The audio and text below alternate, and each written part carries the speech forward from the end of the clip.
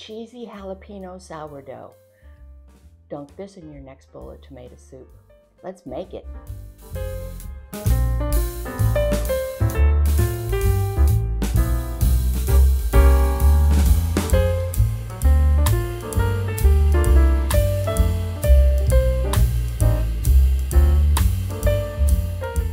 Hey everybody, and welcome to Cooking It Real. My name is Kathy, and I'm so glad you could be with me in my kitchen today. It's a sourdough day, and I have a loaf for you that is savory and delicious. It is a cheddar jalapeno bread. Cheddar jalapeno? Oh yes, oh yes. This is a delicious and savory loaf. You're gonna love it. It makes the best grilled cheese. It is perfect with a bowl of tomato soup. I mean, this is something that's gonna change your sourdough life. Can I say that? Is it gonna change your sourdough life? It just might. Anyway, I'm gonna use my basic sourdough recipe for 2 loaves, and I'm going to show you how I add in the special ingredients. So let's get started. Now, this is how I make my standard loaf. The first thing we're going to do is autolyze our flour and water. So to my most favorite bread making bowl that is on my scale, you can't see it because it's facing me because I need to know what it is. I use 500 grams of bread flour. That's 262, 369, 433.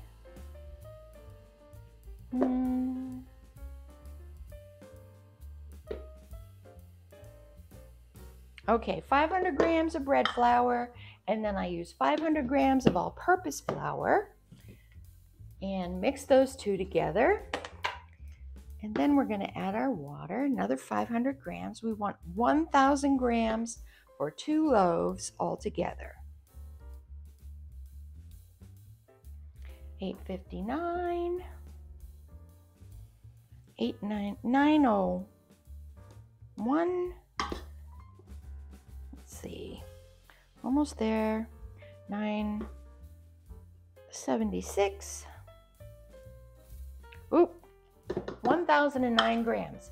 Close enough. Okay, first thing I'm going to do is I'm just going to mix the 2 flours together. I'm going to re-zero my scale, and I like to do about a 75 to 80% hydration. Now, because this is going to be a jalapeno cheddar flour, the jalapenos have a little bit of moisture. So I'm going to try to account for that. I'm not going to be adding any of like the pickle juice into it. They're pickled jalapenos. But so I'm going to probably do about a 750 gram hydration. So we're going to add our water. We set it back to 0. And we're going to add our water. And remember, I've said this in my previous video about my basic loaf. Water weighs way much more than flour, so you got to be careful. I'm at 500 grams right now. I need a little bit more water. Hold on. 500. That's 659. 688. And before I stop, I want to add in about 2 tablespoons of olive oil. 1, I'm eyeballing. 2, I'm eyeballing. That comes to 696. We're just about there. Go slow. 725. 730. 757. Close enough. All right. Now, for now, we're done with weighing. Push our scale off to the side, and let me use my Danish whisk to mix this all up. And we're going to what they call autolyze this flour and water. Basically, that means just let the flour and water get mixed together, like we're doing right now, and then let it sit for a period of time. We're going to do about 45 minutes. So that the flour granules have a chance to absorb all of the water molecules, and they'll get all beautiful and happy. Now this, you know, it's like a little bit dry. You really want to try to mix it as much as you can. If you don't have one of these Danish whisks, you can use like a wooden spoon. You really need to use something that is kind of heavy duty. If you wanted to do this in a mixer, I'm sure you could. I love my mixer, but I have not made sourdough in my mixer yet, ever. So I'm kind of like a hands-on girl when it comes to that.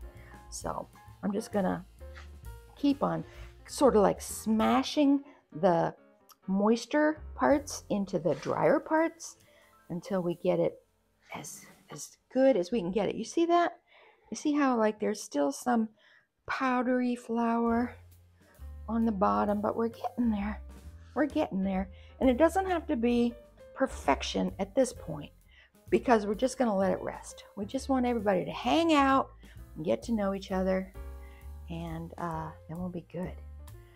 And from here on in, it's going to be a hands-on affair. And I'll tell you what, that is kind of the funnest part. All right, so I'm going to get a wet tea towel, and I'm going to put it over the top of this, set my timer for 45 minutes, and then I'll be back and show you how we're going to add our sourdough starter and the rest of our ingredients, and I'll see you then. So 45 minutes have passed, and the dough has been autolyzed.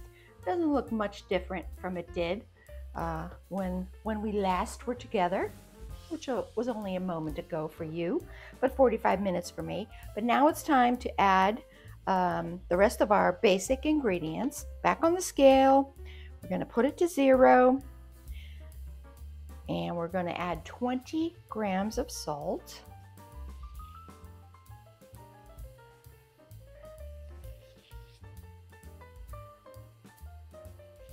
And that's like, we're at 14.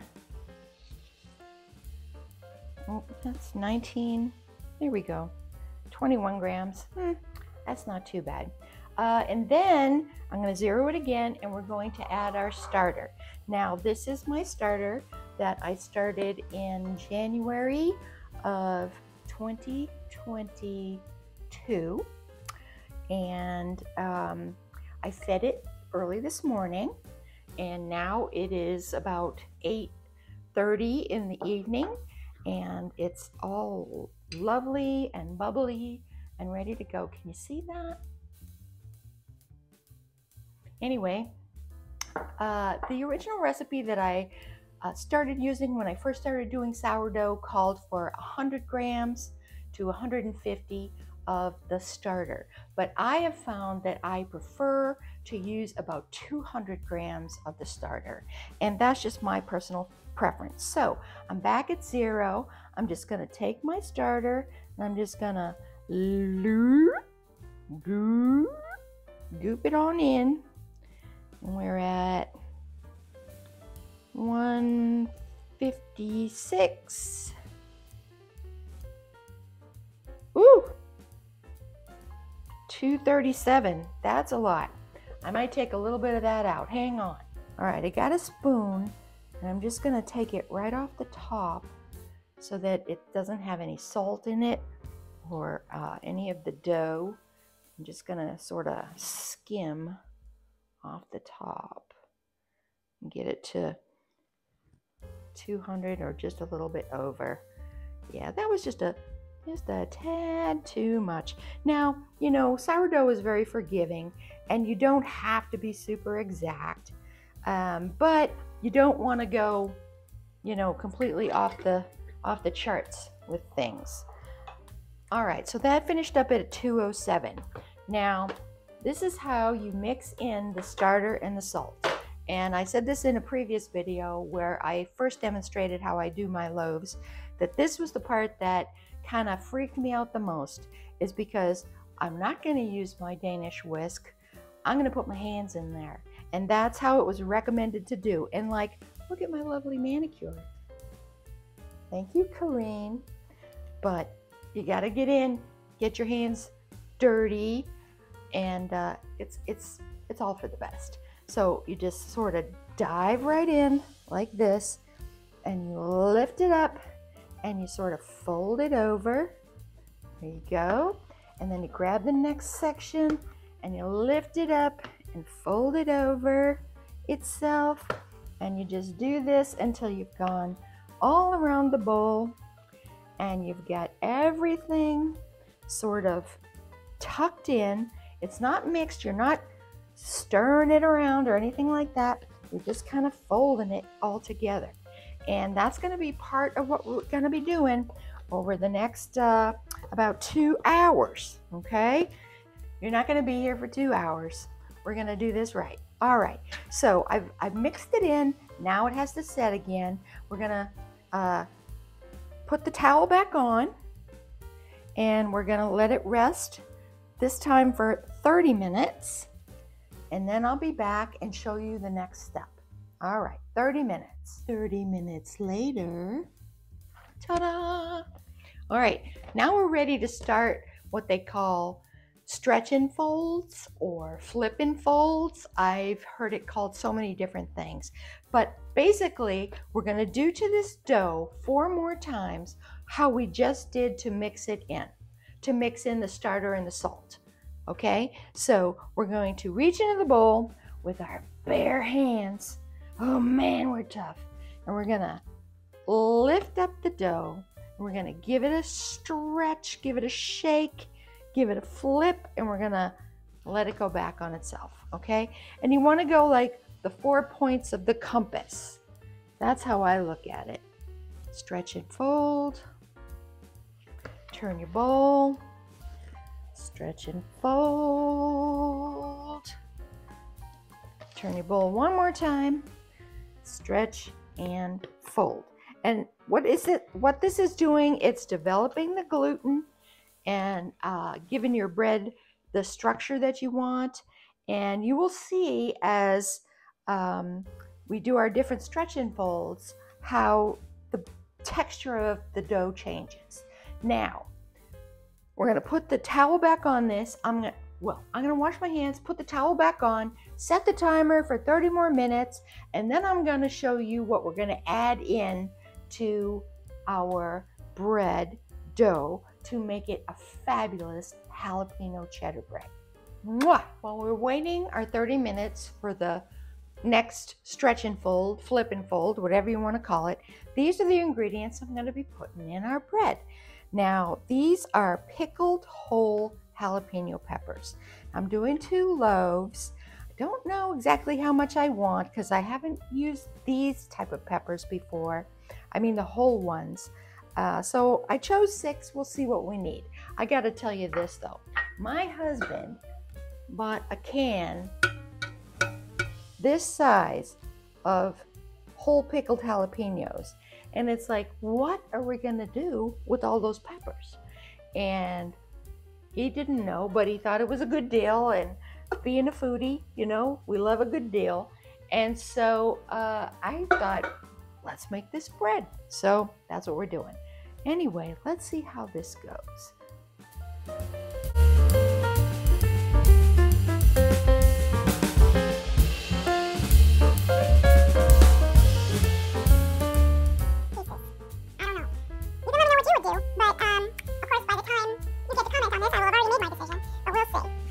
I'm leaving them kind of chunky because I definitely don't want them to disappear in the bread.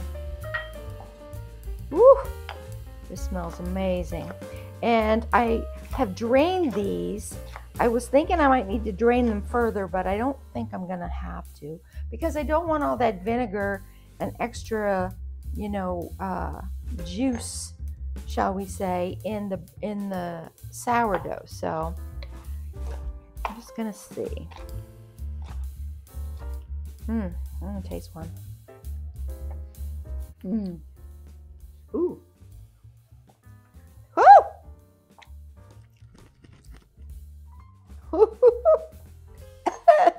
That's good. That's good. I'm speechless. Okay, I might chop that up.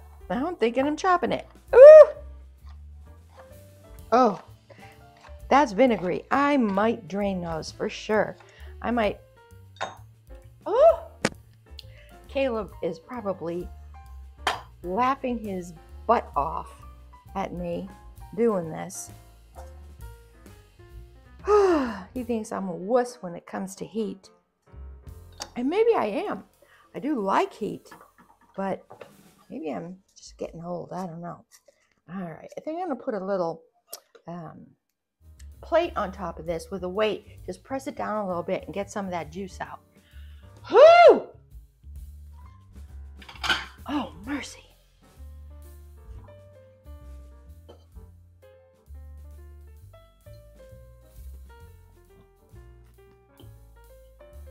There we go. That might do it. I think I might leave this one. No, I'm gonna leave this one out. Done. It might not be heavy enough. Wait. Come on, big boy. There we go. Whew. There we go. That ought to get some action. We're still sort of trying to squeeze some of the juice out of our jalapenos, but it's time for our next flip and fold, or whatever you want to call it. Shake and fold, or put your hands in and groove with it. Lift and flip and fold. Lift and flip and fold. And it's starting to come away from the bowl a lot easier. Lift and shake and flip and shake and flip and fold and whatever you want to call it. Ooh, here we go. Last one for this trial. All right, so you may be wondering, when are you going to put the cheese and the jalapenos in? Well, that's coming up. Stay tuned. And I'll tell you what, if you're enjoying yourself and you're having a good time watching this video, please give me a thumbs up. It really would help my channel. I appreciate it and enjoy having you here all the time. One more flip and fold. Flip and shake and fold. Shake and flip and fold.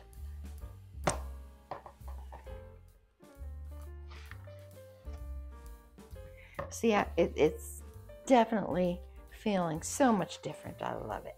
All right, after this comes the fun part. See you in 30 minutes, my friend. So we're about ready for the third flip and fold. So now I'm going to take these jalapenos that you saw me put in the strainer. We've got about that much juice out of it. That's good. That's going to help us a little bit.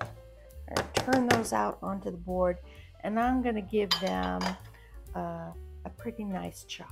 Let's see, where's my knife?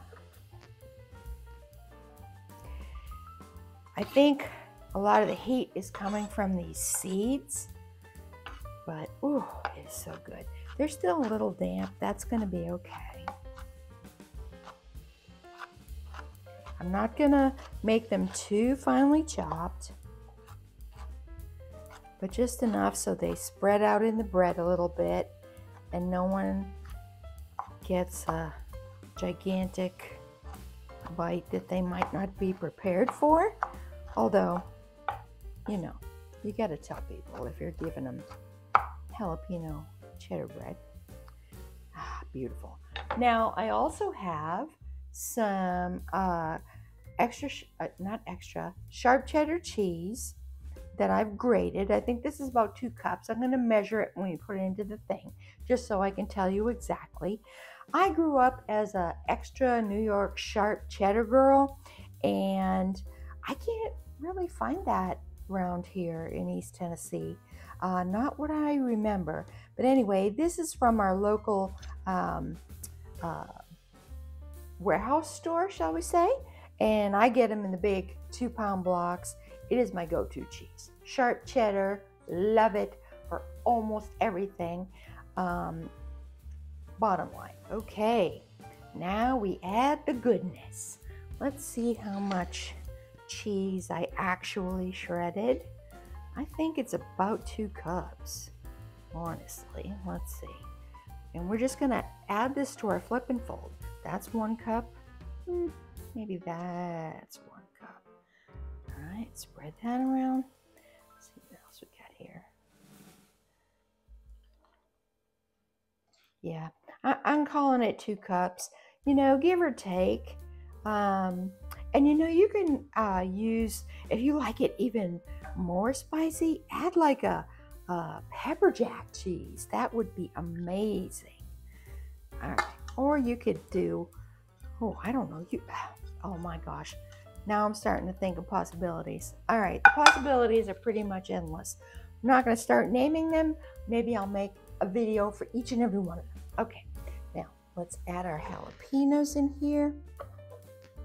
And I'm just putting them on the top of the dough like I did when I added the starter and the salt. And we're gonna work them in the exact same way. We're gonna work them in like we did the starter and the salt in flip and folds. Now I get at least this flip and fold and at least 1 more, but I may go even more. I like, people say 4, I like to do 5, but when I'm adding things, could be more. It could be more. Now you see, it's sort of adding. It's gonna take a little while. It's gonna take a little bit of flipping and folding. Oh. But in the end, it's all gonna get incorporated, just like that salt did, and just like the starter did. See, it's already getting in there. It's already getting in there. Oh my gosh, this smells so yummy. Oh my gosh. Okay. All right. Don't want to overwork you for now. Gonna give you another 30 minutes rest. All right. We'll see you in 30 minutes, my friend. Night, night. Number 4. Flip and fold. Shake and fold. Look at that. Oh my gosh. That is mixing in awesomely. Oh. 3, 1 more. Oof. Okay, that needs to rest a little bit more. All right, after the next flip and fold, we'll be done for the evening. All right, 1 more time for all the money. Flip and fold, shake and fold. This is going to be put to bed for the night. All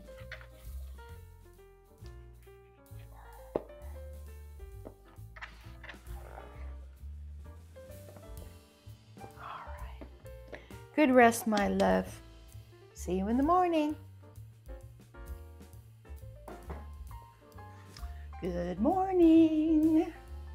This baby has spent the night in the fridge, covered with a damp towel. Let's see what it looks like. Ta-da! Ooh, I like it.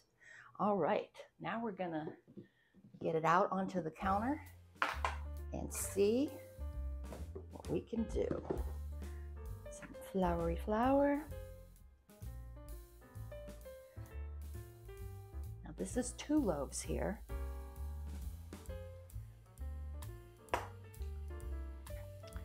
I use this silicone spatula to help get it out.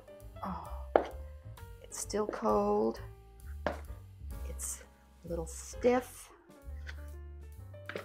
Hopefully we'll make it easy to work with. Come on, baby. Come on, you can do it. Here we go. Last little bit. Come on. Yeah. There we go. All right. Nice, nice. Oop, goopy.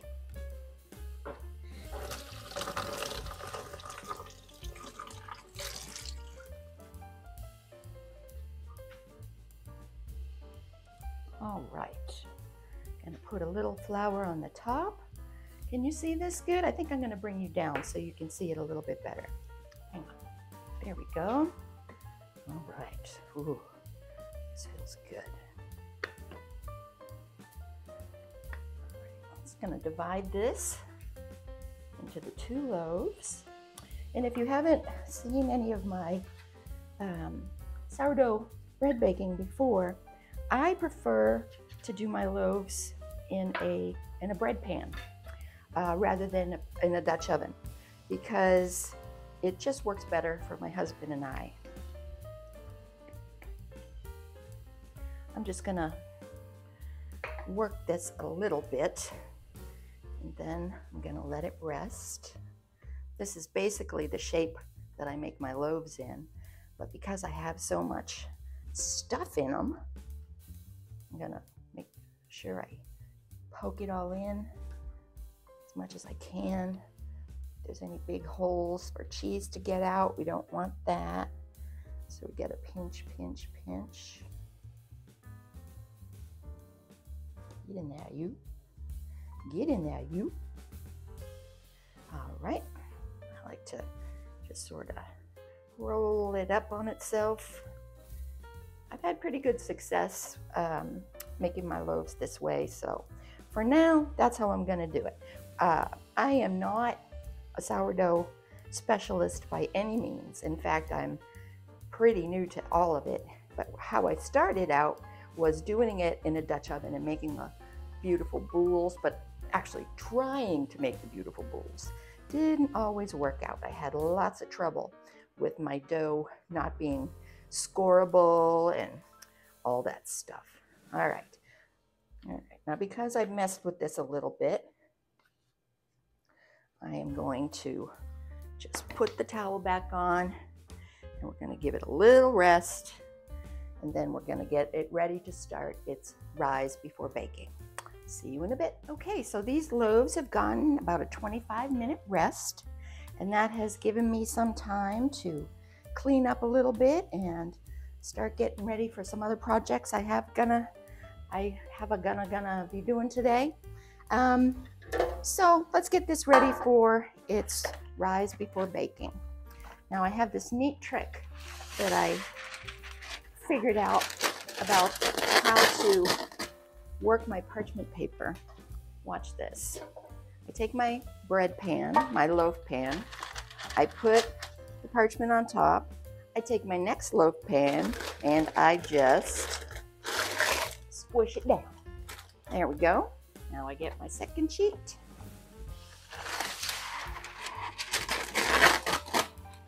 Put it on top of the pan. I get another loaf pan and just squish it down. And that just helps keep the form a little bit easier. Not necessary, not a big deal, just what I like to do. All right, so I didn't give it much of a rest, but you know what I mean. Let's try it one more time. There we go. All right, now this is just gonna be a simple matter of lifting this baby up and putting him in. Hoping he doesn't stick too much. Nope, that looks good. Okay, and now this guy. Okay. Whoop. And you know, you don't have to be, like I said, this is not the perfect artisan boule. It's gonna have all kinds of pretty scores and shapes and stuff on it, although I absolutely love those. I can't wait till I feel confident enough to try it that way. All right, I'm gonna poke these little pepper guys down. And I am going to, the best place usually at this time of year for me to rise my bread is outside. I cover it and I have granite counters outside, and that is just like perfect. But it's gonna be storming in about half an hour, so that's not gonna work. So I'm gonna just put them in my oven. The oven is off, it's a little bit warm, and they're just gonna hang out for most of the day. So when it's time to get them baking, I'll see you back again. Okay guys, let's go. Now here's my 2 cheddar jalapeno loaves after rising for about 5.5 hours. And I have my oven set to 450 and a pan of water in the bottom, and soon I'll be ready to put them in and bake them up. Okay, full disclosure, as always, cooking it real. When these were cooked for 40 minutes at 450 and then had their 25-minute rest with the oven cracked and off, they seemed a little not as crispy as I wanted them to be. Not crispy, but they just weren't done on the sides. The top was beautiful, but the sides were a little bit soft. So I don't know if you can see this. Let's see. Oh, my beautiful pot holder. Can I say it enough? All right, see that? That looks a little dark, but when you lift it out and turn it to the side,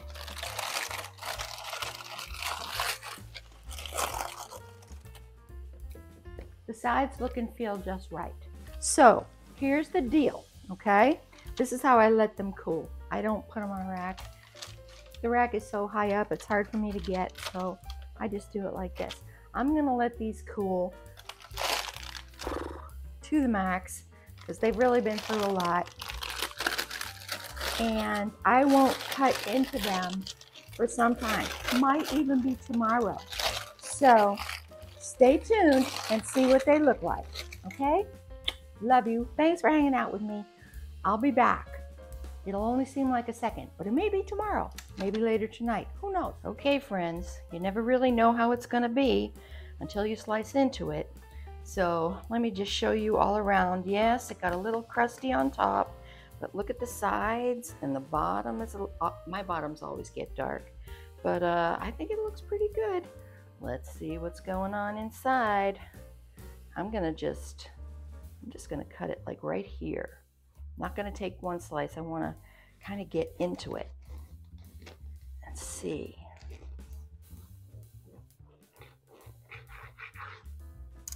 All right. Ooh. Oh, that looks good. Look at this. Can you see that? Oh yeah, awesome. All right, well, oh, it smells delicious. Oh, I can smell the jalapenos. Oh, look at how cute, how pretty.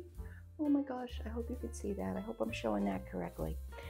We have been successful, so excellent. So thanks for joining me today, guys, and not just today. Today, yesterday, and the day before. As always, I appreciate each and every one of you, and I'll see you next time on Cooking It Real. Bye for now.